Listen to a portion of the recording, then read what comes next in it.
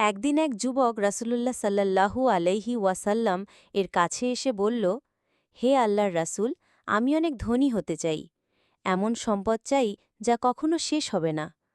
রাসূলুল্লাহ সাল্লাল্লাহু আলাইহি ওয়াসাল্লাম মৃদু হেসে বললেন, তুমি কি জানো আসল সম্পদ কি?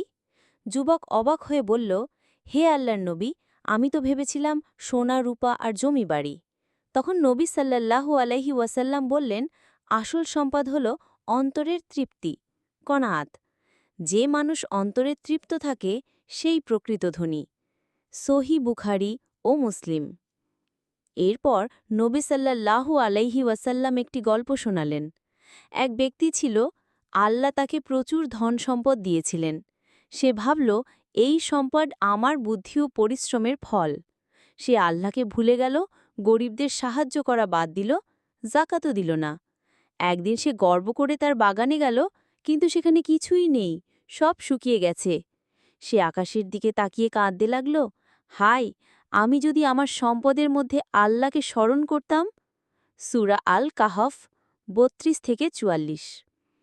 নবী সাল্লাল্লাহু আলাইহি ওয়াসাল্লাম বললেন, দুনিয়ার ধন সম্পদ মায়ার খেলা। একদিন তা শেষ হবে, কিন্তু আমল অর্থাৎ সৎকর্ম কখনো শেষ হবে না। তাই অন্তরের তৃপ্তি ও আল্লাহর ভয় নিয়ে জীবনযাপন করো। শিক্ষা: সম্পদ নয়, আল্লাহর সন্তুষ্টিই আসল ধন। কৃতজ্ঞ হও, দান করো, জাকাত দাও। অন্তরের তৃপ্তিই প্রকৃত সুখ।